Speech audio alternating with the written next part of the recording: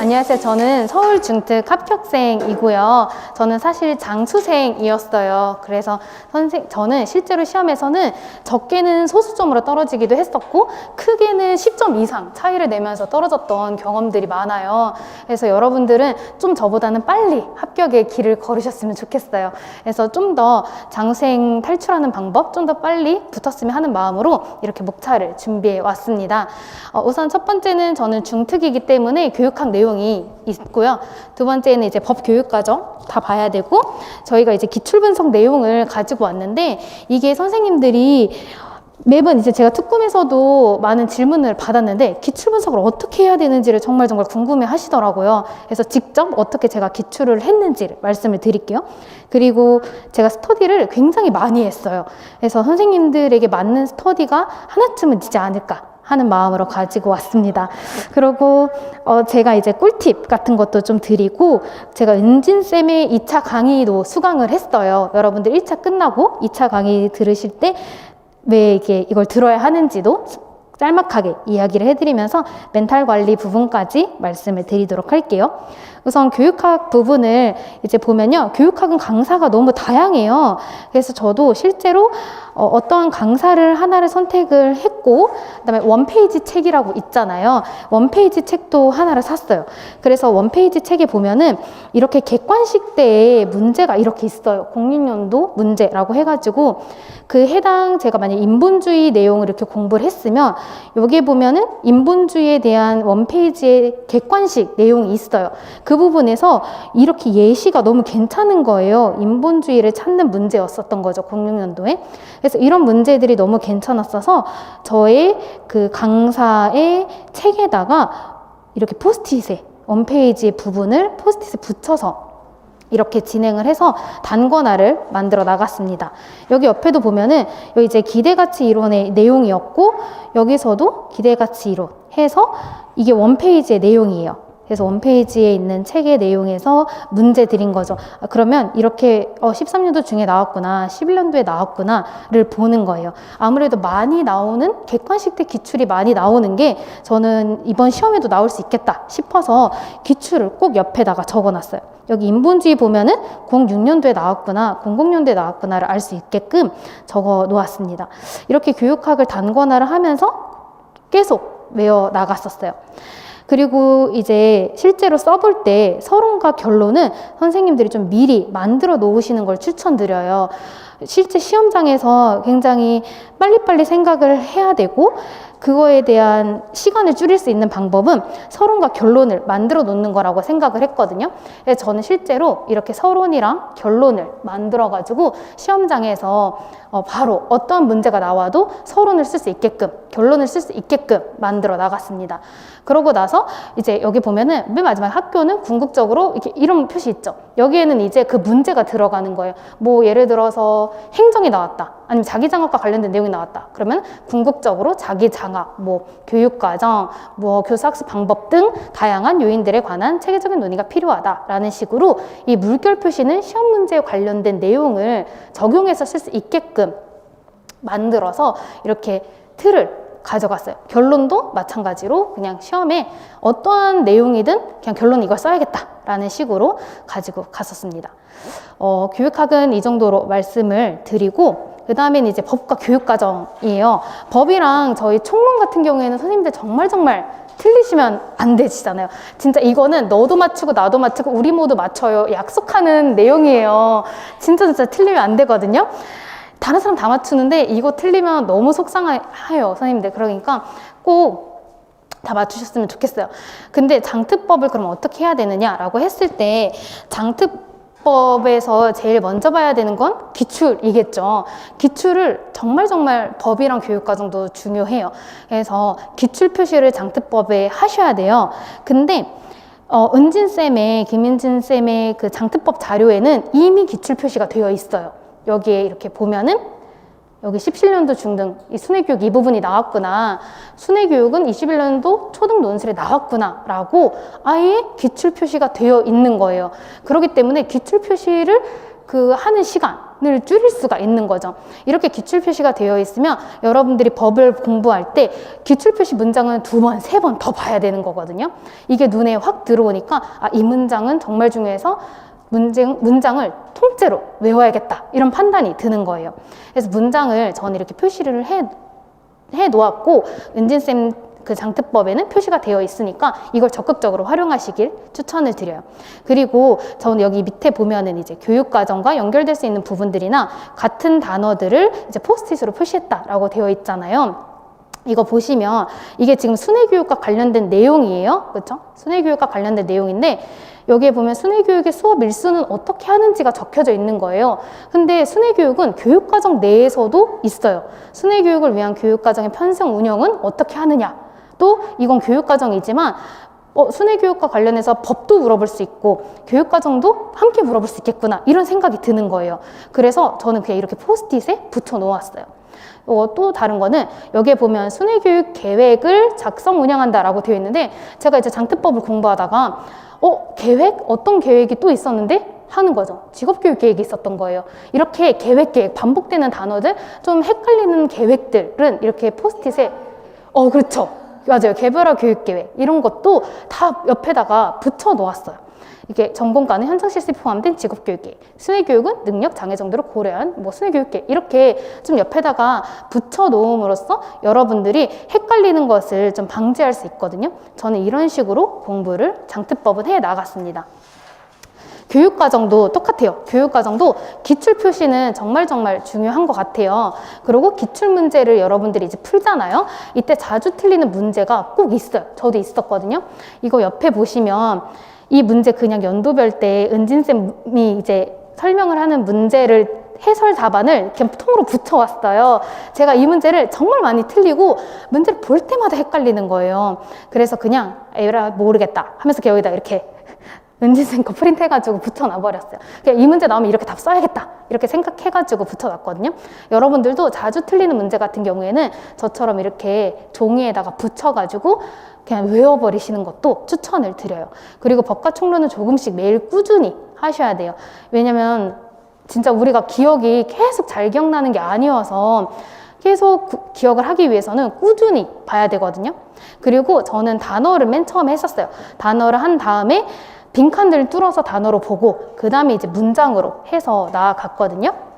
여러분들도 나중에는 기출에 나온 문장만큼은 그냥 툭 치면 바로 나올 수 있게끔 문장으로 이렇게 하셔야 합니다. 그 다음에 이제 공통국어랑 기본국어의 팁을 좀 드리려고 해요. 이것도 저도 기출 표시 당연히 해놨고요. 기출에 나온 문장은 필수로 암기했어요. 저희가 이제 총론은 너도 맞추고 나도 맞추지만 약간 이런 국어 교과라는 거는 어디까지 외워야 되는지 좀 양이 너무 많아요. 그리고 방대하고 너무 어렵죠. 그래서 저는 기출에 나온 문장 같은 경우에는 그냥 무조건 기출에 나온 건 외우자. 그 문장만큼은. 그리고 그 주변 것도 보자라는 입장이었어요. 그리고 공통국어, 기본국어는 교과 중에서도 좀 중요하다고 생각을 했어요. 그래서 제가 지금 이 예시를 가지고 왔는데 기본국어의 경우에는 중요 내용만을 한 장으로 만들었어요. 이게 지금 한 장으로 만든 거거든요. 제가 이거 파일 다 타이핑을 친 거예요. 원문을 보고 내가 생각했을 때 물어보기 좋겠다, 시험 문제 나오기 좋겠다 하는 문장을 다 타이핑을 친 거거든요. 좀 예를 들어서 보면은 여기 이제 교사학습에 중도중복장애 학생 이런 거 좀 괜찮잖아요. 중도중복 뭐 관련으로 물어보기 괜찮겠다라는 생각이 들었어요.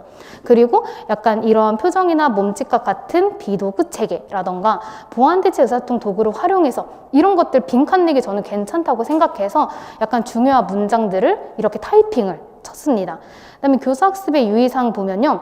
또 좀 꽂혔던 게 아예 보면은 보조공학기기나 보완대체 의사소통 체계를 효율적으로 사용하기 위해서는 무엇을 해야 하나요? 라고 왠지 문장으로 낼 수도 있을 것 같은 거예요. 그럼 첫 번째, 개별화 교육계획이나 이렇게 지도한다. 두 번째, 다른 교과나 활동에서 활용할 수 있도록 다양한 기회를 마련한다. 이런 식으로 문제 내기 괜찮겠다 하는 것들을 제 나름대로 중요하게 생각하는 것들 이렇게 타이핑을 친 거죠. 여기서도 뭐 중도 중복 장애 학생의 경우에는 어떠한 평가가 이루어져야 되나요? 라고 물어볼 수도 있겠다. 그러면 지속적인 평가라고 쓸 수 있게끔 이렇게 중요한 멘트들을 제가 좀 쳐놓은 거예요. 그래서 보완대체 의사소통 도구를 선정할 때는 어떤 평가를 해야 될까? 접근성 평가. 이렇게. 저는 제 나름대로 중요한 내용들은 이렇게 종이로 만들었어요. 그래서 공통 국어, 뭐 기본 국어, 공통 뭐 영어, 그쵸? 공통 쪽에서는 시각장애 부분은 정말 열심히 외웠던 것 같아요. 그래서 이런 것들을 중요한 것들은 당연히 기본이 바탕이 기출이죠. 그래서 기출에 한 번이라도 언급됐던 것들, 이런 것들을 다 타이핑을 쳐가지고 만든 게 한 3장 정도 나왔거든요. 그래서 이거 이외에 나오는 거는 그냥 너도 틀리고 나도 틀리는 걸 거야. 이렇게 생각했어요, 저는. 그래서 총론은 당연히 외워야 되지만, 무조건 외워야 되지만, 이 부분은 3장 이외에서 시험 문제가 나온다면 그냥 틀리자. 이렇게 생각을 했던 것 같아요. 그래서 제가 이거 타이핑을 친 부분을 은진쌤 카페에다가 올려놓도록 할 테니까 다운을 받으셔서 자유롭게 사용하시기를 추천을 드릴게요. 그 다음에 이제 총론의 문장 쓰기 자료를 이것도 제가 다 타이핑을 쳤어요. 그러니까 저희가 단어로 맨 처음에 외우는 걸 추천드리고 시간이 가면 문장으로 외우셔야 되잖아요. 그때는 이렇게 문장도 근데 이제 특kum이나 이런 자료 같은데 잘 문장 쓰는 게 없더라고요. 그래서 그냥 내가 만들어야겠다 해가지고 이제 만들었었는데 여기에도 이렇게 단어로 외우신 다음에 학교의 편성 운영은 이렇게 쓰는 거죠. 학년고 설정 이유는 쓰고 교과분의 재분류는 뭐 공통교육과정은 뭐 교육 목적성, 근접성 뭐 있잖아요. 막 이렇게 막 쓰는 거예요. 이게 구두 인출도 좋지만 이렇게 백지 인출 이렇게 써보는 것도 너무 좋은 게 구두로 할 때는 대충 말해도 의미가 통하는 것 같아서 넘어가게 돼요. 근데 이렇게 쓰게 되잖아요. 직접 쓰면은 명료해야 돼요. 칼 같아야지만 맞다고 하는 것이기 때문에 이렇게 써보는 것도 저는 추천을 드려요. 이것도 은진쌤 카페에 올려놓을 테니까 다운을 받으셔서 하셔도 좋고, 근데 아마 조금 계정이 추가가 되는 걸로 알고 있어서 편집하셔서 사용을 하시면 좋을 것 같아요. 그 다음에 이제 기출 분석을 선생님들이 너무너무 야무지게 하셔야 되는 부분이에요. 그래서 제가 실제로 이 기출 분석을 어떻게 했는지를 말씀을 드릴 텐데, 이 기출 분석을 제가 3월부터 스터디를 4명이서 오프라인으로 진행을 했는데, 이 스터디의 4명 전원이 1차에 합격을 했습니다. 그래서 이 기출 분석을 어떻게 했는지 말씀을 좀 드리도록 할게요. 우선 저희는 영역별로 기출 분석 스터디를 했었고, 예를 들어서 토요일에 오프라인으로 만나서 기출 분석을 한 거예요. 그래서 저 때에는 이제 최근 기출이 2021학년도이기 때문에 2021학년도부터 해서 09년도 객관식까지 다 분석을 했어요. 4명이서 진행을 했었고, 저는 중특이라 할지라도 유초중 문제를 모두 다 분석을 했습니다. 이때 하셔야 되는 게 답과 근거는 기본이에요. 그쵸? 그리고 확장은 필수고, 여러분들이 그 중에서 찾아야 되는 키워드, 이런 건 좀 센스를 발휘를 하셔야 되는 것 같아요. 그래서 실제로 제가 어떻게 했는지 제가 이제 가지고 왔습니다. 이거는 19년도 중특 A 문제예요. 10번 문제를 이제 보시면은 우선은 제가 답과 근거를 찾아야 된다 했잖아요. 답을 이렇게 쓰는 거예요. 근거리 시력 검사라던가 뭐 니은과 디귿, 니은이 뭐죠? 대각선법, 핸드 트레일링이잖아요. 그냥 이런 거 답을 다 쓰는 거죠. 이런 거 다 필수로 해야 되는 거고, 여기서 이제 보면은 지문을 또 하나하나 뜯어봐야 되는 거예요. 확장을 하려면 지문을 뜯어봐야 되거든요. 여기에 보면은 예를 들어서 현재 확대 자료를 활용하나 시력이 점점 나빠질 이유가 있어서 점자 교육이 요구된대요. 확대 자료였는데 점자로 바뀌네? 라는 생각을 들면은 여기서 학습 매체 평가를 할 수 있겠구나. 학습 매체 평가를 해서 얘가 확대 자료를 제공했다가 얘에게 적합한 매체가 바뀌는 걸 확인을 해야 되는 거잖아요. 그래서 점자 교육이 요구되는구나 라고 이 동그라미만 보더라도 학습 매체 평가까지 확장을 해 나가는 거예요. 그럼 이 학습 매체 평가에 대해서 간단하게도 적어가는 거죠. 그리고 나서 예를 들어서 지금 대각선법에 대해서 문제는 물어봤지만 대각선법 어디서 많이 들어봤는데 우리 계단 내려갈 때 그쵸? 계단 내려갈 때는 지면 접촉 유지법이랑 툭터 밀기로 계단을 발견하지, 그 다음에 어떻게 하지? 대각선법으로 그때 내려가지. 이렇게 확장을 점점 해나가는 거예요. 그러면서 또 대각선법의 잡기 유형도 있었지. 이렇게 하면서 이렇게 해 나갔던 내용이었어요. 그리고 근거리 시력 검사에 이제 답을 적었는데, 여기 근거리 시력 검사에서 이번에 근거리 시력 검사만 적었지만 다음엔 어떤 것인지 적어보라고 할 수도 있는 거고, 이번에 근거리 시력 검사 물어봤지만 다음에는 원거리 시력 검사 물어볼 수 있겠구나. 그러면 이 두 개는 주관적 검사지, 근데 주관적 검사만 있는 게 아니라 우리는 객관적 검사도 있어 라고 하면서 내용을 점차 확대를 해 나갔습니다. 이거를 맨 처음에는 이게 집에서 만약에 저희가 토요일 날 스터디를 하면은 월요일에서 금요일까지 제가 이제 집에서 혼자 분석을 하는 거예요.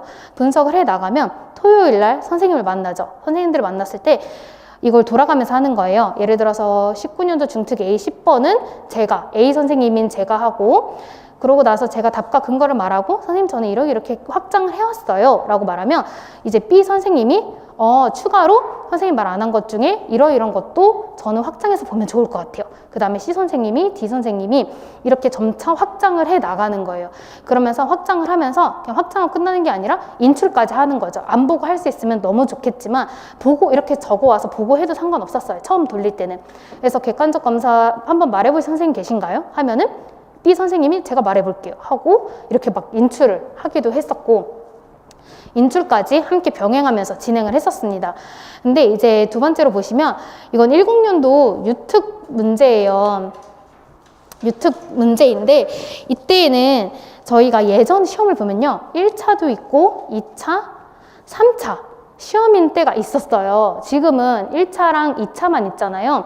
이때 당시에는 1차에는 객관식이었고 2차일 때는 서술형, 논술형이었고 3차일 때는 면접 수업 실현이었겠죠.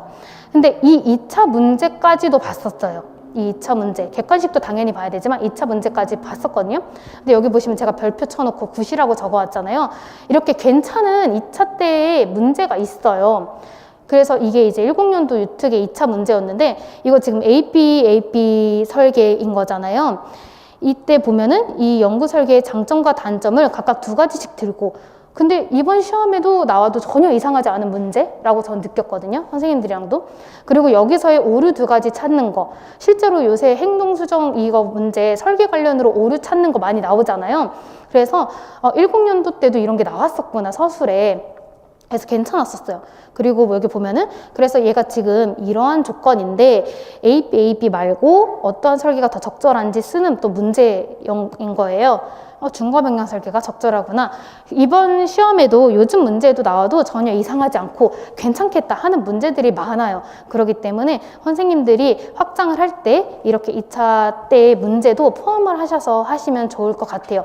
그리고 객관식 때의 문제들은 사실 앞에서 확장을 한 것처럼 자세하게 하지는 않았고 답과 그냥 근거만 찾고 넘어갔었어요. 객관식 때 문제는. 그리고 이렇게 주관식인 이제 서술형인 이런 지금 문제 같은 경우에는 확장을 많이 했었던, 그렇게 하면서 시간이 걸렸어요. 그래서 토요일에 한 번 만나면 기본 5시간, 6시간 정도 소요가 됐었어요. 그리고 중요한 양이 많은 행동수정 같은 경우에는 2주에 걸쳐서 진행을 했었습니다. 이렇게 하고 나서 일주일에 한 영역이었다면 다음에는 일주일에 2영역, 일주일에 3영역, 이렇게 기출분석을 점차 넓혀 나갔어요. 이렇게 기출분석은 이런 식으로 선생님들이 하시면 좋을 것 같고, 이거는 지금 한 페이지에 한 문제 이렇게 있는 내용이잖아요. 이거는 투꿈에서 선생님들이 구하시면 될 것 같아요. 실제로 올라져 있더라고요. 저희도 어떤 4명의 선생님 중에 1명이 이걸로 하자라고 해가지고 이걸로 진행을 했었습니다. 은진쌤이 만들어 주신다고 하니까 4월달에 만들어 주신다고 하니까 이거를 은진쌤 걸로 진행을 하시면은 너무너무 좋겠네요. 그리고 저는 이제 여기서 영역별을 스터디를 했잖아요. 그 다음에 이제 연도별을 꼭 하셨으면 좋겠어요. 이거 좀 추천을 제가 개인적으로 드리는 부분이거든요. 이거는 영역별을 제가 스터디를 오프라인으로 진행을 했는데, 영역별로 했으면 연도별을 한 번쯤은 풀어봐야 되겠다는 생각이 든 거예요. 왜냐하면 영역별로 했을 때는 예를 들어서 지적장애를 공부를 했다 하면은 그 지적장애 안에서의 문제이기 때문에 굉장히 인출이 빠르고 생각하는 게 쉬워요. 하지만 연도별은 굉장히 그게 섞여 있잖아요. 1번 문제에서 학습장애인데 학습장애 안에서도 다른 막 문제들이 들어가 있어요. 그렇기 때문에 답이 좀 더 쉽게 찾아지지 않아요. 그래서 저는 연도별도 여러분들이 영역별을 하신 다음에 해야 된다고 생각을 하고 추천을 드립니다. 근데 이 연도별을 분명히 영역별에서 했으니까 혼자서도 할 수 있었어요. 근데 제가 이제 왜 이 기출분석 9월에 김은진 쌤의 연도별 기출분석 강의를 들었는지 말씀을 드릴게요. 저는 제 자신을 너무 잘 알아요. 그래서 첫 번째는 혼자서는 답만 체크할 가능성이 높았어요. 근데 저희가 기출분석이 답만 체크하고 끝나는 게 절대 기출분석이 아니잖아요. 그거는 의미가 없다고 생각을 해요. 근데 선생님의 강의를 들으면은 답만 체크하고 끝나는 게 아니라 그 내용까지 확장을 하니까 그래서 강의를 들어야겠다라고 생각을 했어요. 그 다음에 제가 영역별에서 스터디를 했지만 기출 분석한 내용을 한 번 더 정리를 할 수가 있어요. 연도별로 들으면서 선생님의 강의를 들으면 그 연도별 강의 후에 선생님이 구조화 강의를 올려주셨어요. 이 구조화를 들으면서 한 번 더 정리가 되는 거예요. 그리고 나서 또 영역별에서 빠졌던 부분이 있을 수밖에 없어요. 왜냐하면 제가 이제 스터디를 진행을 했으니까 스터디원 4명이서 하는 말은 거의 다 똑같을 거란 말이에요. 근데 아무래도 강사 선생님이 하는 말은 다르죠. 그래서 연도별 기출 분석을 통해서 부족한 부분을 채워 나가는 거예요. 아, 우리가 영역별에서는 이 정도밖에 안 봤는데 연도별을 들어보니까 여기까지도 확장을 하셨구나. 여기까지도 말을 하는구나. 여기까지 봐야 되는구나. 또 파악을 할 수 있었고 혹시 영역별 때 했던 부분이 틀린 부분은 특별히 없었구나도 확인이 되는 거예요. 그러면서 기출 분석을 이거 중요하죠. 시험 끝까지 가지고 가셔야 되는데 이걸 가지고 갔던 이유가 이제 제가 9월에 강의를 들어서 이제 10월까지 강의를 들었는데 이렇게 강의를 계속 들으니까 기출을 계속 보게 되는 거예요. 영역별 때 봤다고 끝나는 게 아니라 아무래도 혼자 보게 되면은 잘 안 보게 되더라고요. 연도별을 잘 안 풀게 돼요. 하지만 강의를 듣게 되니까 제가 이거를 10월까지도 끝까지 가지고 갔었어요. 11월까지도 시험 들어가기 직전까지도 계속 확인을 할 수 있었고 그리고 이게 기출 답안 해설이 너무너무 좋아요. 그래서 이 부분을 뒤에서 이제 사진으로 설명을 드릴 텐데 해설 자료가 너무 좋아서 해설 내용의 근거가 이 답안의 근거 내용을 선생님이 은진쌤이 따로 프린트를 해서 올려주셨어요. 그럼 그걸 보면서 이 내용이 여기서 나온 거구나. 그런 것들을 확인을 할 수가 있거든요. 그리고 이게 또 이제 좀 웃긴데 이때 버릴 수 있는 부분을 수험생 입장에 생각해 주세요. 선생님이 이제 강의에서 이 부분은 중등 선생님들은 좀 가져가세요. 중등 선생님들은 이 부분까지는 보시면 좋을 것 같아요. 라고 말씀을 하시거나 아니면 이제 9월, 10월쯤 되잖아요. 이때는 좀 쳐내가게 되거든요. 그래서 은진쌤이 항상 하시는 말이 이 부분은 과감하게 버리실 분들은 버리세요. 이렇게 말씀하세요. 과감하게 버리실 분들은 버리세요. 이렇게 하는데 아무래도 강사쌤이 좀 말씀하시는 데는 좀 그만한 이유가 있고 그리고 저희랑 같은 수험생이셨고 그러한 입장을 잘 아시기 때문에 누구보다 잘 설명을 저희 입장에서 설명을 해주신다고 생각했어요. 그래서 아무래도 나 혼자 이거 버려 저거 버려 이렇게 하게 되면 다 버리게 돼요. 근데 강의를 들으면서 이 정도는 과감하게 버리세요 라고 하면 그래 과감해져 이러면서 저는 과감하게 버렸던 것들도 있고 아니야 난 가져갈 거야 하는 내용도 있었어요. 그건 선생님들의 선택이 몫이지만 그래도 누군가가 그런 가이드라인을 정해준다는 게 마음이 좀 가벼워져요. 그런 내용도 있었고 이게 이제 저는 강의를 들었잖아요. 현실적인 조언을 어떻게 해주셨냐라고 했을 때 시험이 연도별 강의가 다 끝난 다음에 마지막 때에 선생님이 그 실제 시험 합격생의 시험지를 가지고 오신 거예요. 시험지를 사진을 찍어서 가지고 오셨는데 이때 은진쌤이 이분이 합격생이신 거죠. 이 합격생이 시험 문제에서 은지쌤이 사전에 이 부분은 꼭 봐라 했던 부분이 있으셨대요. 근데 이 선생님이, 이 합격 선생님이 아예 안 볼래 하고 안 보셨나 봐요. 근데 이제 이 시험지에 나온 거예요. 그 문제가. 시험지에다가 편지를 썼더라고요. 은진쌤 보라고 했는데 제가 안 봤네요 하면서 막 유유 뭐 이런 그런 내용의 시험지를 진짜 쓰신 거예요. 그거를 막 캡처해가지고 막 가져오신 거예요. 그러면서 진짜 현실적이잖아요. 시험장에서. 그런 막 조언도 저는 되게 기억이 남았거든요. 그리고 그 시험지의 내용이 이 선생님이 이 문제는 틀렸는데 이 문제는 맞추신 거예요. 그래서 뭐 점수가 여기서 좀 깎였던 게 보완됐다. 이렇게 좀 이 선생님이 여기서 이렇게 생각해서 답을 이렇게 썼다더라. 그렇게 시험지 내에 그 선생님이 고민하면서 쓴 푼 문제를 사진을 가져오시니까 아, 나도 시험장에서 이렇게 해야겠다. 이렇게 좀 생각을 더 깊게 하거나 이 선생님처럼 이렇게 찾아야겠다. 라는 뭔가 현실적인 조언이 들어가니까 되게 마무리 때 너무너무 좋았거든요. 선생님들이 이 연도별 기출 분석을 꼭 들으시면서 이 부분도 좀 확인을 하시면 좋겠다라는 생각으로 좀 추천을 드립니다. 그래서 이게 실제로 연도별 때 그 자료예요. 이게 이제 연도별 기출 내용이죠. 그래서 여기 보면은 이제 13년도부터 해가지고 이제 2021년도까지 저는 싹 다 프린트를 했어요. 그러다 보니까 이제 좀 프린트 지옥에 빠질 수는 있는데 양이 어마어마해요. 근데 이거를 저는 사전에 막 풀고 나서 그 다음에 13년도 풀었으면 13년도 강의를 듣겠죠. 강의를 들으면 이렇게 이걸 판서노트라고 하나요? 선생님이 필기노트처럼 만들어서 올려주세요. 그러면은 이 내용을 선생님들이 쓰시는 거죠. 저는 은진 선생님 말하는 거 내용을 막 다 썼어요. 여기 이제 다 이렇게 쓰면서 강의를 정말 열심히 들었어요. 듣고 그러고 나서 또 그런 내용이 여기에도 이렇게 선생님이 프린트를 올려주세요. 이렇게 그 답의 근거가 되는 그런 강론이나 그런 내용들을 여기 이렇게 올려주시거든요. 이 자료가 너무너무 좋은 거예요. 이런 것들을 저는 여기서 마음에 드는 게 있다 하면 이 부분만 오려가지고 제 단관원 노트에 붙일 정도로 괜찮았어요. 제가 따로 이거를 찾아가지고 붙이려고 하면 시간이 굉장히 오래 걸려요. 근데 이 답의 근거가 여기 딱 있으니 그냥 이거 오려다가 붙이면 되는 거거든요. 저는 그렇게 공부를 해 나가서 이렇게 자료가 좋은 자료이니까 연도별 들으시면서 꼭 확인을 해 나가셨으면 좋겠습니다. 그 다음에 이제 네 번째로 나느냐 스터디 대장이야 라고 가져왔는데 제가 스터디를 정말 많이 했어요. 도움이 되는 스터디들을 좀 추천을 드리도록 할게요.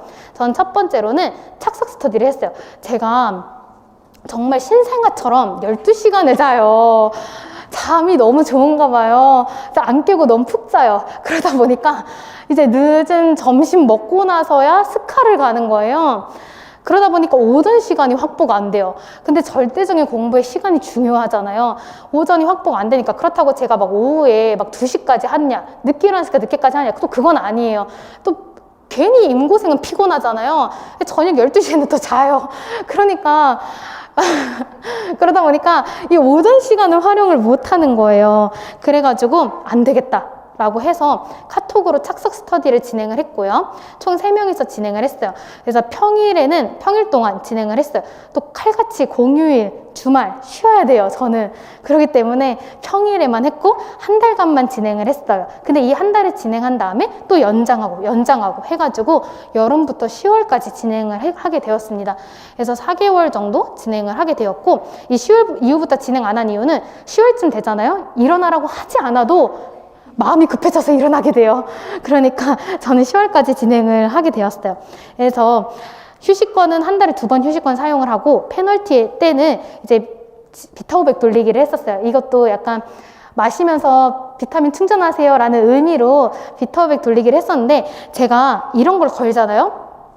칼같이 지켜요. 괜히 자존심이 또 있어가지고 이거 금액 얼마 안 하는데 괜히 내는 게 내 싸움에서 지는 것 같고 이런 것 같아가지고 저는 4개월 동안 단 한 번도 비타500을 돌린 적이 없어요. 진짜 좀 이런 게 있어요. 그래서 여러분들도 자기 자신이 좀 필요하다 하면은 그냥 스터디를 만들으세요.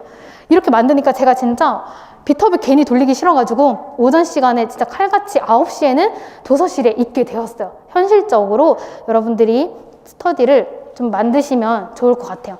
그 다음에 이제 청킹 스터디를 저는 진행을 했어요.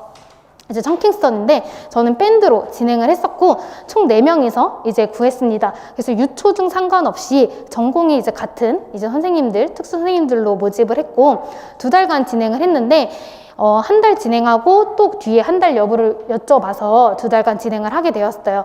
영역에 상관없이 일주일에 2개를 만들어서 인증을 하는 거였어요. 이때 제가 이제 9월에서 10월 진행을 했는데 페널티로는 이때는 그냥 2번 이상 미참여하면 강퇴를 했어요. 왜냐면 제가 방장인데 이때까지도 선생님 비타500 내세요 하는 게 제가 좀 스트레스이더라고요. 선생님들께 이제 선생님과 상의를 해가지고 강퇴를 시키겠다 이랬더니 그 누구도 강퇴를 당하지 않으시고 끝까지 다 참여를 하셨습니다. 여러분들 이거 보시면은 청킹이 일주일에 2개를 만들잖아요. 근데 4명의 선생님이 2개를 만들잖아요. 그럼 일주일에 8개가 돼요. 4주잖아요. 그러면은 32개가 한 달에 모여요. 근데 제가 2달 했잖아요. 64개가 모여요. 64개가 모이는데 선생님들이 또 좋으셨던 게 딱 2개만 인증하고 끝나는 게 아니라 막 3개 올리시는 선생님도 계셨어요. 그러니까 64개 이상이 모이는데 은진쌤 강의를 듣잖아요. 청킹이 또 자연스럽게 생겨요. 내가 굳이 스터디를 안 해도 은진쌤이 청킹을 만들어 주시거든요. 뭐 대표적인 게 아직도 기억나. 시험이 끝났는데도 치과실로라는 게 있어요. 아직 안 배웠죠. 치과실로라는 게 있는데 맨 처음에는 은지쌤이 청킹을 말하면은 그냥 좀 웃겨요. 근데 저도 모르게 치과실로 하고 있어요. 막 한방의 신 뭐 이런 것도 있어요. 은지쌤이 이렇게 저희랑 같이 수험생이셨다 보니까 어떻게든 외우게 하려고 그 청킹을 막 마련을 해주세요. 근데 맨 처음에 웃기지만 시험장에서 치과실로 분명히 쓰실 거예요. 그러니까 여러분들이 이렇게 청킹을 저는 해 나갔어요. 그러다 보니까 전공 청킹만 99개가 된 거예요. 근데 많이 물어보세요. 그럼 이 99개가 시험장에서 기억나세요? 전 진짜 다 기억났어요. 왜냐면 하루 전날까지도 이 청킹을 봤거든요. 제가 이 청킹 스터디를 하게 된 이유가 진짜 시험장에 갔는데 갑자기 단어가 생각이 안 나는 거예요. 그때 사람이 진짜 미쳐버리거든요. 내가 다 알고 있는데 그냥 그 순간 기억이 안 나는 거예요. 근데 이게 두 문자가 딱 있으면은 앞 글자만 들어도 기억나잖아요. 두로 시작하는 거. 두부 이렇게 되잖아요. 그렇기 때문에 청킹을 만들게 된 거예요. 그래서 99개가 되었어요. 예를 들어서 저는 뭐 이런 거예요. 이거 지금 의사소통 부분인데 교정적 피드백 유형에서 이렇게 있잖아요. 여기 앞 글자 따는 거죠. 유명고 명상반, 유명고등학교 그림까지 그리면 기억이 잘 남아요. 그래서 유명고 명상반 해가지고 만든 거예요. 여기서 반응적 상호작용 전략 9가지 있죠. 이것도 여기서 제가 앞 글자를 따는 거예요. 뭐 공주, 모발, 확, 뭐 밀고 정치 잘해서 상 받았더니 뭐 시기 질투 안 해, 뭐 시기 많네, 뭐 이러면서 공주도 그리고 상장도 그리고 이러는 거예요. 이거 되게 재밌어요, 여러분들. 시험 때 유일한 낙이에요. 이거 그리면서 웃긴 부분이거든요. 제가 말하면서도 막 웃기면서 막 이랬던 시험이었어요. 그래서 근데 중요한 게 이거 외우고 나 다 외웠어가 아니죠. 앞 글자는 그냥 외우기 위한 수단인 거예요. 유도하기 하면은 이 유도하기 안에 내용 다 알아야 되고 명료와 요구하기 하면 그 명료하기의 예까지 그냥 말하면 다 나올 수 있게끔 해야 되는 거거든요. 이 말을 하기 위해서 청킹을 하는 것 뿐인 거예요. 그리고 시험장에서 그냥 단순히 더 기억이 잘 나게끔 하기 위한 거예요. 그래서 저는 이 노트를 그냥 만들어서 계속 가지고 다니면서 봤었어요. 그러다 보니까 그냥 말하게 돼요. 그냥 9개 말해봐라 라고 하면은 잘 기억이 안 나고 9개 중에 7개만 말하게 돼요. 그래서 이렇게 9가지를 앞글자를 따놓으면 좀 좋거든요. 여기서도 이제 보조기 적용시 유의사항 해가지고 한방의 신이라고 그 은진쌤이 이런 식으로 청킹을 따주세요. 그래서 은진쌤의 청킹도 좀 좋은 것들 이런 거 다 여기다가 넣어서 했었습니다. 이제 보면은 여기 73번에 적대적 반항장애, 품행장애, ADHD 있잖아요. 이거 선생님들 안에까지 다 외우셔야 되잖아요. 근데 여기 보통 화남, 민감한, 뭐 이렇게 기분 시비, 뭐 보복적인 화시보 이거 외우는데 안에까지 다 외우셔야 되거든요. 그래서 여기에 하는 거죠. 자신이 쉽게 화냄. 그래서 무말랭이 탔어, 괴로워. 그냥 이런 식으로 내가 웃기지만 내가 만드는 거예요. 이것도 여러분들 품행장애 보시면은 품행장애 안에서도 뭐 사재기 심각해 뭐 이렇게 외우는데 안에까지 다 외워야 되거든요. 이 안에까지 다. 이걸 외우기 위해서 여기 이렇게 앞글자를 따는 거예요. 그래서 방파 이렇게 무거운 물건 훔치기 이렇게 외우는 거예요. 이 ADHD도요. 여러분들이 부주의도 있고 과행동 및 충동성으로 나눠지잖아요. 근데 이 안에 내용을 섞고 나도 이것만 들어도 이건 부주의에 해당돼. 수다스러움 이거는 과행동 및 충동성에 해당돼를 말할 수 있을 정도가 되셔야 된다고 생각을 해요. 그래서 저는 이러한 부분을 다 앞글자로 외웠어요. 안에 있는 내용까지. 예를 들어서 몸에 탈수 오니까 방송 끊지 말고 차에 조용히 있어. 이런 식으로 앞글자로 이 안에 세부적인 내용까지 다 외워 나갔습니다. 여러분들이 이렇게 앞글자를 외워 나가려면 저는 청킹을 좀 추천드리는 입장이고, 이건 선생님들이 자유롭게 선택하시면 되지만, 혼자 하는 스터디보다 4명이서 하면은 더 기가 막힌 청킹 내용들도 있어요. 그래서 다른 사람의 내용도 넣고 내 것도 넣고 은진쌤의 청킹도 넣고 하면서 청킹 노트를 이렇게 만들어 나갔습니다. 그 다음에 교육학 스터디를 저는 진행을 했었는데, 교육학 스터디 때는 원페이지를 이제 전화 스터디로 읽어 나가는, 그냥 이건 진짜 이렇게 읽는 거예요. 원페이지 내용이 무엇이 있다라는 것을 그냥 확인하기 위한 그냥 확인용으로 읽어 나갔어요.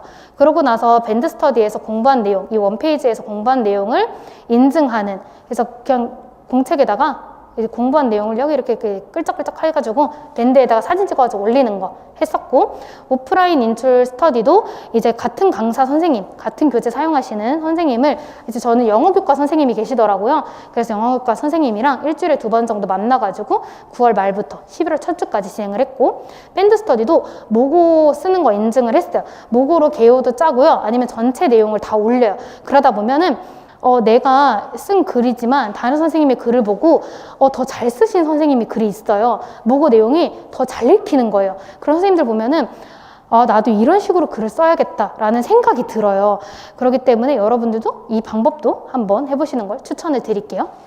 그 다음에 이제 전공 문제 내기 스터디, 이것도 저는 추천을 드리는 게, 아까 제가 기출분석 스터디 했었다고 했잖아요. 이 기출분석 오프라인 스터디 선생님들이랑 그대로 진행을 했었어요. 이 기출분석 오프라인 스터디를 7월까지 진행을 하고, 바로 이어서 7월부터 11월까지 전공 문제로 그 문제 내기 스터디로 내용을 바꾸어서 인원은 그대로 진행을 한 거죠. 그래서 저는 사실은 이 오프라인 스터디, 전공 4명 스터디 선생님이랑 3월부터 시작해서 11월까지 약 한 8개월 정도 진행을 했는데, 지역이 다 달랐거든요. 쓴 지역들이, 시험 친 지역이. 근데 4명이 진짜 다 합격을 한 거예요. 그래서 이 방법도 저는 좋다고 생각이 들어서 선생님들께 가지고 와봤어요. 그래서 오프라인 기출분석 스터디원 그대로 했고요. 일주일에 한 영역씩 문제를 만들어 와가지고 돌아가면서 인출하는 거예요. 이 7월부터는 본격적으로 인출이 들어가야 된다고 생각을 해요. 그 전부터 1월에서 7월까지는 뭐 기본 이론 강의도 들으시고 이해 위주의 암기도 조금씩 단어로 하시고, 근데 이 7월부터는 이제 인출이 들어가야 되기 때문에 저희는 전공 문제를 내면서 스터디를 진행을 했었어요.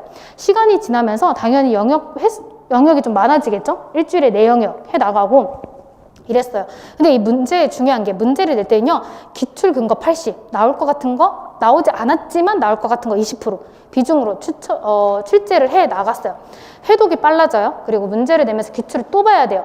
제가 문제 냈던 거를 가지고 와봤는데, 이게 실제 제가 낸 문제예요. 시각장애 파트였었고요.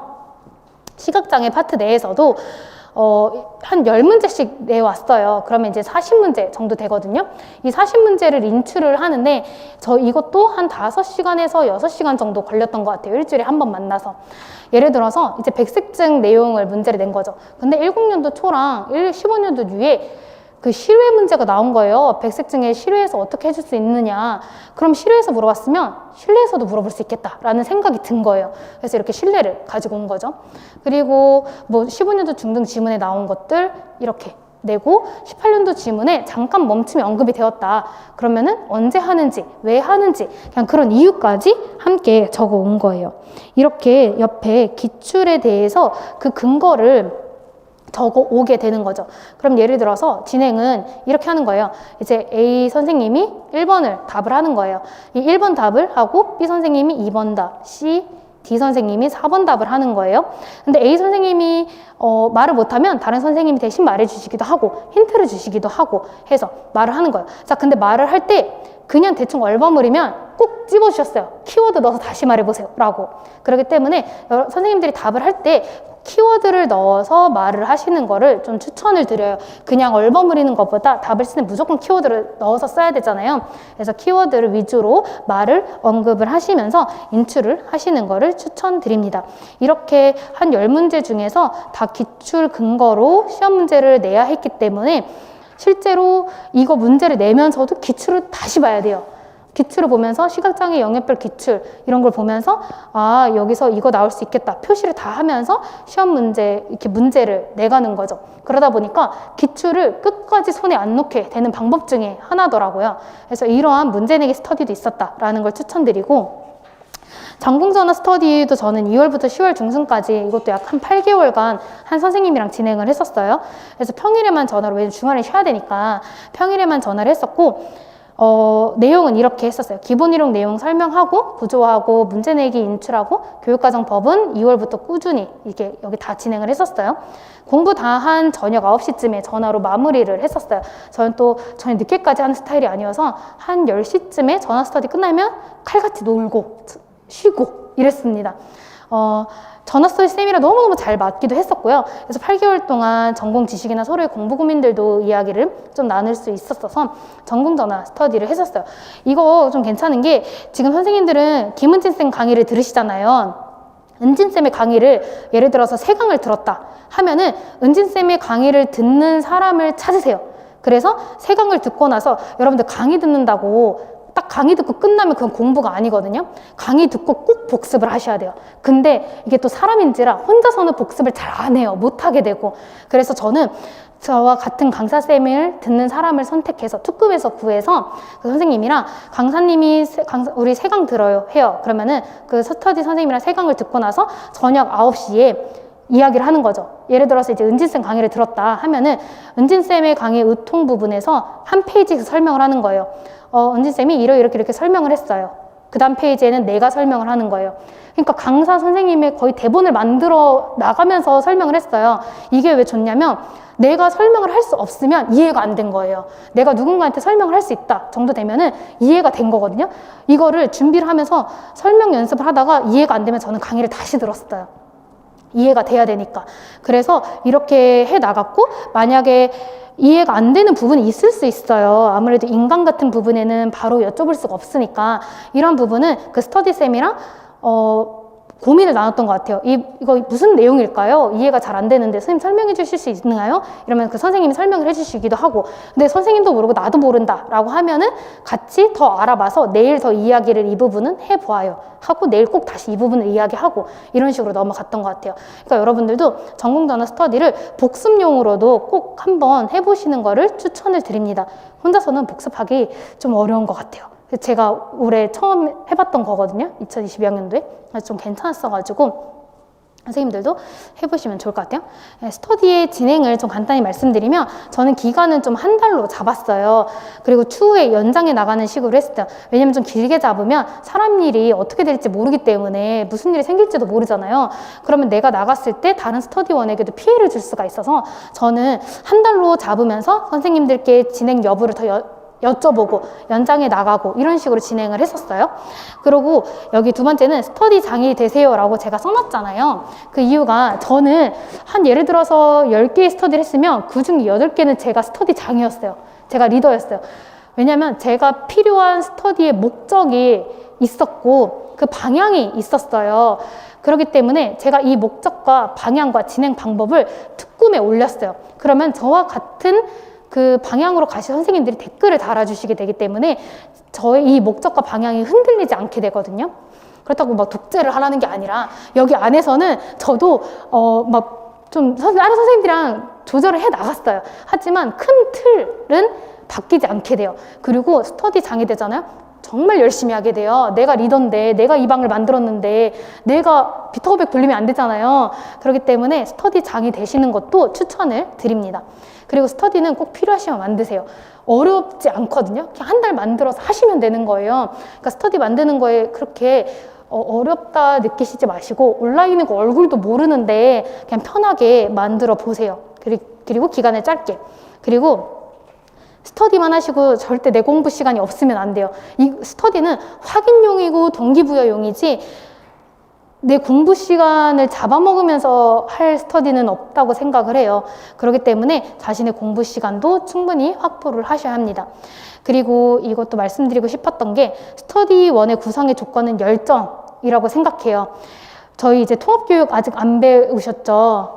배웠어요. 통합교육 배우면은 우리 협동학습 할 때 어떻게 팀 구성하라고 해요. 이질적인 팀으로 구성하라고 하잖아요. 그게 진짜 괜히 있는 말이 아니거든요. 이질적인 팀으로 구성하시는 것을 추천을 드려요.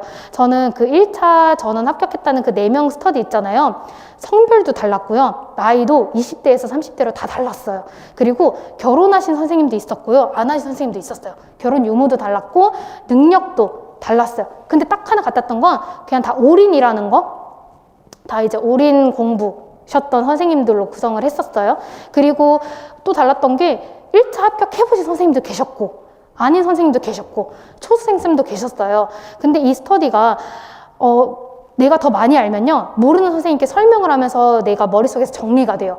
모르는 선생님은 더 공부를 열심히 해와서 또 알려주게 되거든요. 그러니까 서로 상호작용이 충분히 일어날 수 있기 때문에 그런 것에 대해서 이런 조건을 크게 고민하시는 것보다는 열정이 있으면 저는 좀 이질적인 팀으로 구성하셔도 전혀 문제가 없다, 이렇게 말씀을 드리고 싶어요. 그리고 나의 자료를 좀 공유를 스터디에서 하시는 게 좋겠어요. 저도 뭐 좀 중요한 정보가 있으면 되게 많이 정보를 드렸었어요. 제가 하도 정보도 많이 드리고 자료도 많이 들어서 선생님들이 막 선생님 천사세요? 막 이랬어요. 그러니까 낯간지러운 말인데 그런 좀 칭찬을 듣잖아요. 사람이 기분이 좋아지는 거예요. 막 더 알려드리고 막 이랬어요. 그럼 그 선생님들이 또 받기만 하지 않으시거든요. 또 좋은 정보, 또 도움되는 자료 있으시면 다 공유를 해주세요. 그러니까 이게 선순환이 되셨으면 좋겠어요. 선생님들과도. 그러니까 나만 받아서 합격할 거야, 이렇게 생각하지 마시고, 저희 이 4명 스터디원들이 다 하는 말이 우리 다 같이 합격해요였어요. 진짜 우리 선생님들 다 합격할 수 있어요. 우리 합격해서 꼭 연수원에서 같이 만나요. 이런 이야기를 정말 많이 했었어요. 실제로 진짜 4명이 다 합격을 했거든요. 저희 스터디가 아무래도 선순환이 되다 보니까 그렇게 됐던 것 같아요. 그리고 다 열정이 뿜뿜 하셨거든요. 그러니까 열정이 정말 좋으신 선생님이랑 하셨으면 좋겠어요. 실제로 2차 스터디 때 특kum에서 제가 또 리더로서 구했는데, 선생님들을 모집을 할 때 저는 열정 위주로 봤던 것 같아요. 어떤 선생님이 댓글을 다셨는데 학부생인 거예요. 초수생. 근데 2차 스터디인데 초수생이고 학부생이신 거예요. 경험이 없으신 거죠. 그 교생 실습 빼고는. 근데 이 선생님이 정말 열심히 하겠다, 이런 식으로 열정 뿜뿜 댓글을 다신 거예요. 저는 이 선생님을 선택을 했어요. 실제로 이 선생님이 2차 스터디 때 진짜 열정 가득해가지고 정말 열심히 하시는 거예요. 그 모습을 또 제가 자극을 받아가지고 저도 열심히 하게 되더라고요. 그러니까 저는 능력보다는 열정을 더 많이 가진 선생님이랑 하시는 게 서로에게 더 좋지 않나, 이런 생각이 듭니다. 그 다음에 이제 5번째로 좀 꿀팁이라고 해야 되나요? 그런 걸 좀 알려드릴게요. 제가 은진쌤의 다음 카페를 가지고 왔어요. 이제 은진쌤 카페 이름은 김은진 특수교육연구소래요. 네. 근데 제가 사실 은지쌤께 허락 안 받고 그냥 이렇게 캡처를 해왔는데, 실제로 제가 이거를 여쭤봤던 내용이에요. 특kum에도 물어보지만 은진쌤 수강생들은 이렇게 여쭤보는 게 가능하거든요. 저는 사소한 것도 너무너무 죄송하지만 내가 궁금한데 어떡해, 내가 모르겠는데 도와달라 해야지 하면서 문제를 이렇게 여쭤봤어요. 선생님께 이렇게 여쭤봤거든요. 그때 은진쌤의 지금 답 보이세요? 답글? 너무 길죠? 진짜 자세하게 설명을 해주시는 거예요. 근데 어디서 이렇게 내가 물어본 거에 대해 누가 이렇게 자세하게 설명을 해주세요? 저는 이 부분이 되게 감동이었어요. 그리고 은진쌤이 답글을 보면서 이해가 충분히 되더라고요. 너무 자세하게 설명을 해주시니까. 만약에 그럼에도 불구하고 이해가 안 되잖아요? 그럼 또 저는 또 질문 달았어요. 선생님, 그래서 이게 이건가요? 하면서 계속 질문을 해 나갔는데 그때마다 귀찮아하시는 그런 댓글 느낌이 전혀 없고 더 자세하게 설명해 주시려고 하셨거든요. 저는 은진쌤의 다음 카페를 적극적으로 선생님들이 활용하셨으면 좋겠어요. 이것도 이렇게 다 자세하게 막 설명을 막 해주시고 이랬어요. 제가 심지어 어떤 것도 물어봤냐면, 선생님 저 그 내용에 뭐 예를 들어서 지체장애였던 것 같아요. 지체장애 이 부분 뭐 박은혜 교수님 책인가요? 라는 질문까지 했었어요. 그러면은 은지쌤이 지금 뭐 그 책이 연구실에 있어서 내일 말씀드릴게요 댓글 해주시고 진짜 그 다음날 찾으셔가지고 페이지 194쪽입니다 라고 그 쪽수까지 알려주시더라고요. 그러니까 저는 적극적으로 좀 활용을 하시면 좋겠어요. 선생님들. 그렇다고 뭐 이렇게 그냥 무조건 물어보라는 게 아니라 혹시나 내가 물어봤던 내용이 없는지 확인을 해보시고, 없다면, 다른 선생님 물어보신 내용이 없다면 한번 물어보시는 것도 저는 좋은 것 같아요. 그 다음에 은진쌤의 구조화를 좀 활용하셨으면 좋겠어요. 저는 실제로 다양한 강사들의 구조화를 써봤어요. 써봤고 많이 연습을 해봤어요. 근데 제가 끝까지 가져갔던 건 은진쌤의 그 구조화였습니다. 제가 시험 1일 전까지도 이거를 봤었어요. 왜냐하면 많은 강사 선생님들 중에 자신에게 맞는 구조화를 찾아야 되거든요. 근데 저는 은진쌤의 구조화가 가독성이 되게 좋았고 편했던 것 같아요. 보기 편하고 이랬어서 이게 실제로 제가 시험 하루 전날까지도 이 붉은색은 시험 하루 전날에 이제 빠르게 훑어야 되니까 체크하면서 이거 있었지 이렇게 막 동그라미 치고 막 이렇게 넘어갔던 내용이에요. 그래서 이 은진쌤의 구조화가 지금도 있죠. 기본이론 강의 끝나고 구조화를 해주시잖아요. 이거 꼭 들으시는 걸 추천드리거든요. 구조화를 들으면은 내가 머릿속에 정리가 돼요. 그리고 구조화가 되어야 되지만 시험장에 가서 서랍처럼 정리가 돼 있어야 딱딱 꺼내서 답안을 쓸 수 있거든요. 그래서 저는 이 구조화가 머릿속에 되어 있는 게 너무 중요하다고 생각해서 하루 전날까지도 활용을 했었어요. 이렇게 프린트를 해가지고 링으로 이렇게 뚫어가지고 이거 시험장에 가지고 가가지고 그냥 빠르게 훑기 되게 좋아요. 그래서 넘어가면서 훑었던 내용이었습니다. 저는 이제 2차 강의를, 은진쌤 강의를 수강을 했었는데 사실 저는 장수생으로서 2차 스터디를 해본 경험이 굉장히 많겠죠. 매년 했을 거 아니에요. 그럼에도 불구하고 나 학원 가야겠다 이런 생각이 드는 거예요. 특히 저는 서울이었기 때문에 지도안을 쓰는 지역이었어요. 근데 제가 지도안 연습도 안 해본 거예요. 졸업은 또 한 지 오래됐는데. 그래서 지도안 피드백도 있을 거라고 생각을 했어요. 그래서 여튼 2차 강의를 은진쌤을 수강을 한 이유는 이제 다음과 같아요. 3대1로 멘토쌤의 피드백이 붙었어요. 서울 3명이었거든요. 서울 이제 인원을 쪼개주세요. 서울 3명, 뭐 서울 3명, 이렇게 3명, 뭐 경기 몇 명 이렇게 쪼개주시거든요. 3대1로 멘토쌤이 붙어요. 한 명의 멘토쌤이 꾸준히 붙다 보니까 한 명한테 받으니까 내용이 좀 체계적으로 진행이 되는 거예요. 중구난방이 아니라.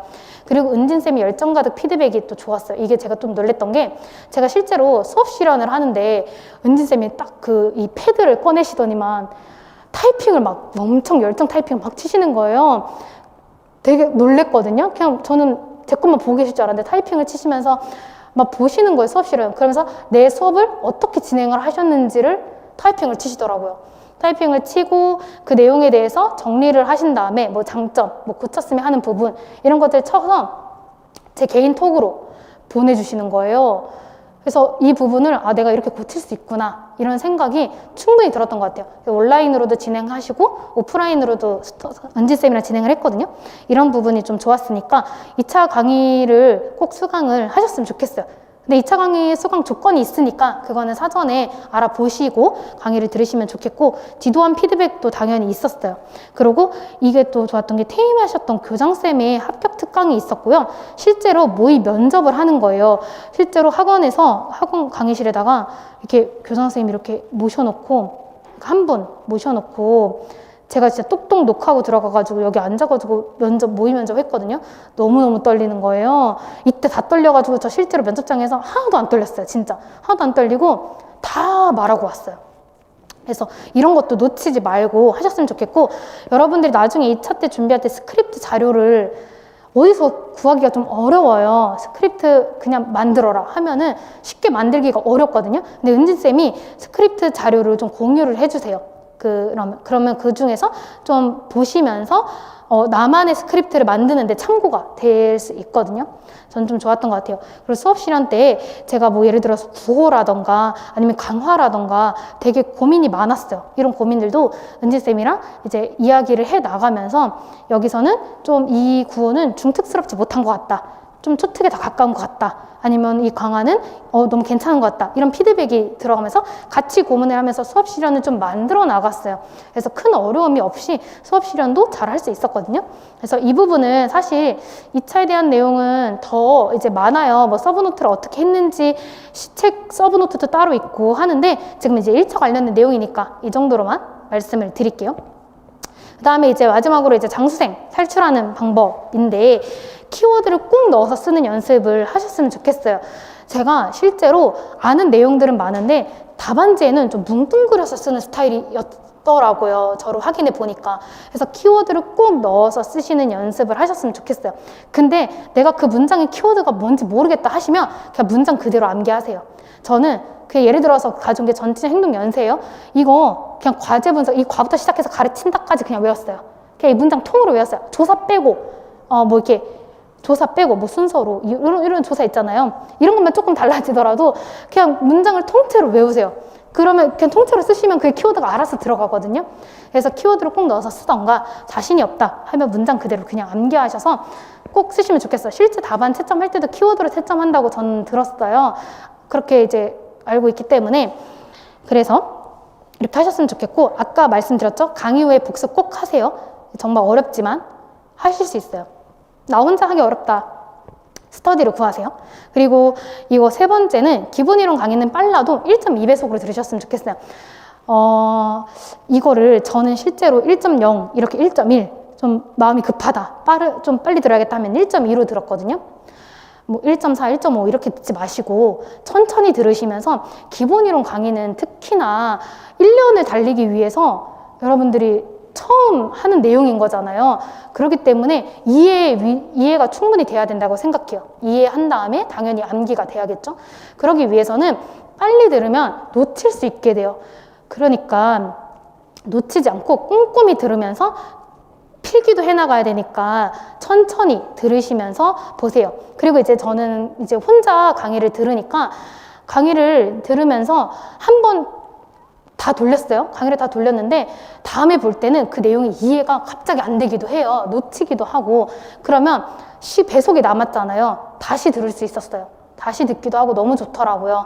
그래서 좀 강의는 빨라도 1.2배속으로 좀 들으시는 걸 추천드려요. 꼭꼭 씹어서 드시기를 바랍니다. 그리고 기본 이론 책에 저는 단권화를 해 나갔어요. 그래서 시간 절약에 암기에 좀 도움이 되더라고요. 저는 개인적으로 서브노트를 만들지 않았어요. 왜냐면 장수생으로서 서브노트 만들었던 시기도 있어요. 저도 만들었었어요. 근데 이제 매년 내용이 추가되고 바뀌고 하다 보면은 새롭게 만들어야 되잖아요. 그래서 이번에는 그냥 했던 게 단권화를 했어요. 저는 이제 강사 선생님의 4권의 책이 있을 거 아니에요. 기본 이론 4권의 책에, 그 책에다가 다른 강사 선생님의 내용이 있거나 다른 추가할 만한 내용이 있으면 그 책에다가 그냥 붙여버렸어요. 시간을 절약했어요. 암기하는 데 더 집중을 했던 것 같아요. 지금 우리 선생님들이 그 김은진 쌤의 강의를 들으시니까 은진 쌤의 그 기본 이론 4권 책 있으시죠? 그 4권에다가 그냥 이 책에다가 뭐 이렇게 추가하실 내용이 있으시면 붙이세요. 옆에다가 뭐 다른 선생님이 뭐 자료가 있다. 근데 은진쌤의 책에는 자료가 없다 하면은 그냥 옆에 붙이세요. 그리고 보통 이 강사 선생님들의 책을 더 줄여서 만드는 게 서브노트일 거란 말이에요. 근데 저는 생각이 드는 거예요. 우리가 공부해야 되는 그 많은 강문책들을 그들 중에서 줄이게 만든 게 기본 이론 이 4권일 텐데, 이 4권만큼은 내가 다 외워야 되지 않을까? 저는 이런 생각이 든 거예요. 그래서 좀 더 줄이지 말자. 이 4권만큼은 외우자라고 해서 저는 이 4권을 딸딸딸딸 외웠던 것 같아요. 그리고 이 4권을 외울 때도 당연히 중요한 내용은 기출이잖아요. 근데 은진쌤의 책에는 기출이 옆에 붙어 있어요. 그러다 보니까 더 중요한 거, 덜 중요한 거가 눈에 좀 보여요. 그래서 그러한 강사 선생님의 책을 선택해가지고, 여러분들에게 맞는 강사 선생님 책이 있을 거 아니에요. 그 강사 선생님의 책을 선택을 하시는 걸 추천을 드려요.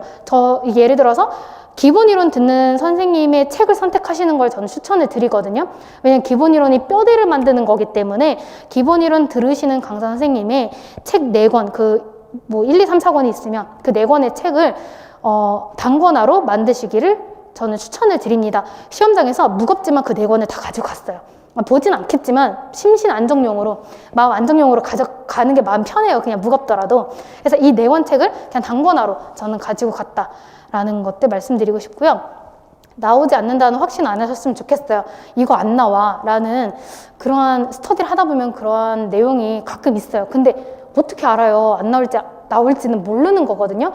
근데 저는 나오지 않는다는 확신을 만약에 하려면 그건 기출이 단 한 번도 나오지 않았다. 그냥 그거는 얘기할 수 있을 것 같아요. 근데 기출에 내가 중특이지만 유특에 나왔고 추특에 나왔고, 근데 중특에는 한 번도 안 나왔다. 그렇게 나올 수도 있는 거거든요. 실제로 나왔어요. 저는 스터디 할 때도 선생님 저는 이 부분까지 봐야 될 것 같아요. 왜냐면 초특이 나왔어요. 근데 중특은 안 나왔지만 초특이 나왔으니까 나올 수도 있지 않을까요? 했는데 아니라고 하시는 선생님이 계시더라고요. 그럼 어쩔 수 없죠. 저는 봤어요. 근데 마지막 문제 나왔어요. 그게 B였나? A였나? 여튼 전공 문제 나왔거든요. 나오지 않는다는 확신은 하시지 않으시는 게 저는 좀 좋은 것 같아요. 나중에 9월, 10월쯤 되잖아요. 그럼 은진쌤이 알아서 좀 과감히 버리세요라고 말해주시니까 선생님들이 지금은 다 가지고 가시는 걸 좀 추천을 드리는 편이에요. 그리고 어려운 과목은 좀 꾸준히 보셨으면 좋겠어요. 제가 실제로 의사소통이 그렇게 어렵더라고요. 의통 문제는 매번 틀리는 거예요. 약간 의통 문제만 나오면 너무 무섭고 벌벌 떨고 막 이러는 거예요, 제가. 근데 실제로 그 스터디, 4명 스터디 선생님들에게 선생님 저 의통이 너무 어려워요 라고 말했어요. 의통 좀 어려워요 이랬더니 그 스터디원 중에 한 분이 선생님 그건 선생님이 의통 공부를 안 해서예요. 완전 팩폭을 때리시는 거예요. 너무 맞는 말인 거예요. 공부를 하면 어렵지 않겠죠. 근데 어렵고 힘들고 매번 시험 문제 틀리고 하니까 안 보게 되고 그럼 악순환이잖아요. 안 보니까 모르고 모르니까 틀리고. 이 스터디 쌤이 선생님 그건 공부를 안 해서요 라고 듣자마자 그래 맞다 하면서 의통을 진짜 하루 전날에도 의통을 봤던 것 같아요. 다 봐야 되지만 의통만큼은 시간 더 투자해서 봤어요. 그러다 보니까 의통이 이번엔 틀리지 않았어요. 한 문제도 틀리지 않았고 어렵다 하시면 여러분들 보기 힘들긴 해요. 마음이 안 좋고 이거 보기 싫어 죽겠네 막 이렇게 되거든요. 그럼에도 불구하고 어려운 과목은 더 보세요. 그러면은 괜찮아져요. 그리고 쓰면서 말하면서 꼭 암기하시면 좋겠어요.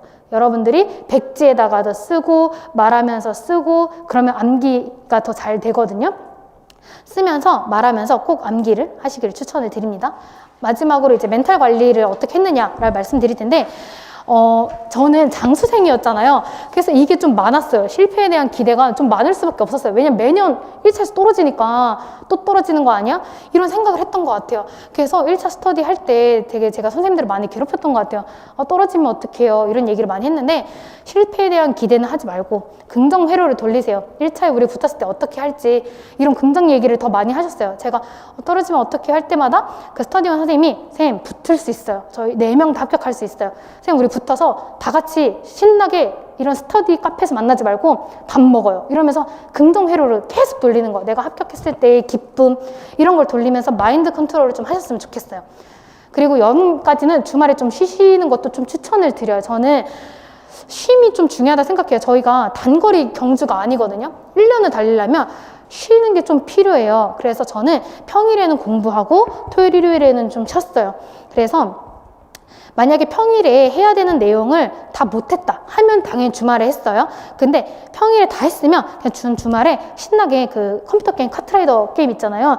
저 그거 열심히 했어요. 되게 스트레스 푸는 저의 하나의 방법이었기 때문에 그렇게 했었어요. 근데 이제 가을쯤 되면은 조금 마음이 바빠져요. 그래서 토요일 저녁부터 쉬었던 것 같아요. 그냥 토요일 저녁 먹기 전까지는 공부하고 토요일 저녁에서 일요일까지 좀 쉬었던 것 같고요.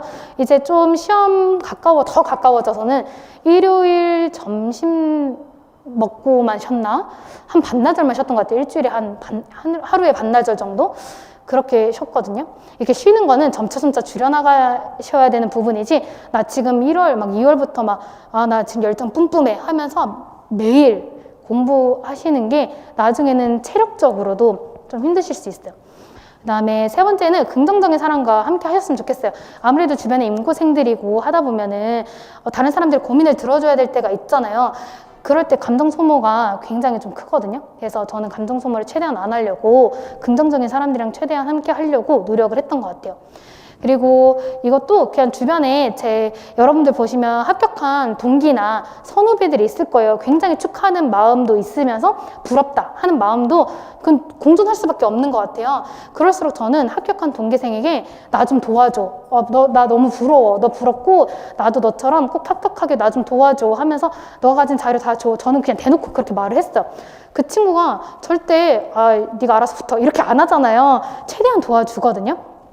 그러니까 여러분들 꼭 주변에 도와달라고 알려달라고 요청을 하셨으면 좋겠고 나 그런 친구 없을 수도 있어요. 그런 친구 없으면 은지쌤 카페에 상담하세요. 은지쌤 카페에 그 비대스로 상담하는 거 있잖아요. 선생님 저 지금 이 강의 들을지 말지 고민이에요. 제가 지금 이렇게 공부하는 게 방향이 맞는지 모르겠어요. 은지쌤이 또 비대스로 달아주실 거예요. 저도 했었어요. 저도 상담을 남겼거든요. 그러니까 여러분들도 꼭 여쭤보시는 게 좋을 것 같아요. 그리고 이게 제가 특금에서 많이 선생님들이 물어보시는데 어떤 선생님은 지금 다 기본 이론 끝냈대요. 뭐 이런 선생님들도 있고 이런 속도의 비교가 생기게 나름이에요. 저도 스터디 할 때 어떤 선생님이 모고를 저는 거의 모고도 안 듣는데 막 3명의 강사 거를 풀거나 2명의 강사를 막 풀거나 막 이런 거예요. 막 갑자기 불안해져요. 그 시기 때 되면은. 근데 저는 그럼에도 불구하고 나는 내 속도로 갈 거야. 나는 내가 할 수 있는 양이 있어. 이렇게 생각을 했던 것 같아요. 그래서 절대 지금 뭐 이 시기에 이거 막 못 끝냈다고 막 조급해 하지 마시고 속도가 적당했으면 좋겠어요. 너무 느리면 또 안 돼요. 그럼 고민에 있어서는 아까 말했듯이 은지쌤 카페에다가 상담으로 지금 속도가 맞는지도 한번 체크해 보시는 것도 저는 좀 추천을 드릴게요. 그래서 다른 사람 속도와 비교하지 마시고 본인의 속도로 가셨으면 좋겠고요. 이것도 공부를 하다 보면 슬럼프도 오고요. 불안해질 때가 있어요. 특히 이제 시험 가까워져서는 괜히 불안해지고 막 이래요. 그럴 땐 그냥 저는 공부했어요. 왜냐면 공부를 안 하고 괜히 불안해 있잖아요, 혼자서. 그러면 불안해 더 불안해져요. 그러니까 불안할 때는 그냥 저는 책을 봤어요. 그냥 구조화 보고 그러면 불안한 생각이 어느새 없어져요. 그냥 공부책 눈에 보고 있으니까 그냥 행동수정 보고 있으니까 아 그래 여기서 그래 오케이 비연속 개별시도 오케이 막 이런 식으로 내용을 보니까 불안함이 사라지거든요. 불안하다 생각할수록 그냥 책을 더 보세요. 그게 더 좋을 것 같아요. 그리고 공부 환경을 만드시는 것도 추천드려요. 저는 집에서 절대 공부가 되는 스타일이 아니었어요. 그래서 저는 무조건 아침 9시에는 도서실 가 있어야겠다. 집 밖에 나가야겠다. 이렇게 생각을 했었기 때문에 여러분들이 여러분들 자신을 좀 먼저 파악을 하고 나는 집에서 하는 게 더 잘 된다 하시면 집에서 하시고 나는 도서실에서 하시는 게 더 잘 된다 하면은 도서실 가시고 나는 인강이 더 잘 맞는다. 이러면 인강 들으시고 직강이 더 잘 맞는다. 특히 인강 많이 밀리신다 하시는 분들은 직강 오시는 것도 전 도움이 된다고 생각해요. 직강 밀릴 수가 없잖아요. 그러니까 여러분들의 성향을 좀 파악을 하신 다음에 공부의 환경을 여러분들 스스로 좀 만드시는 것을 추천을 드립니다. 여러분들이 저도 이렇게 합격한 게 너무 지금 꿈만 같고 전 장생이니까 실패에 대한 기대도 높았어가지고 합격할 수 있을까? 합격하면 좋겠는데 막 이랬던 시절이 정말 많아서 선생님들이 꼭 합격하시고 싶은 마음을 충분히 이해하고 꼭 되셨으면 좋겠어요. 그래서 1차 때는 이러한 합격자 확인을 꼭 보셨으면 좋겠고 최종 합격을 진심으로 축하한다라는 2차까지도 다 통과를 하시면 좋겠습니다. 여러분들의 합격이 꼭 합격 소식으로 봄에는 좀 더 설레어 오는 그런 봄이 되시기를 기도하겠습니다. 여러분들 꼭 화이팅 하세요.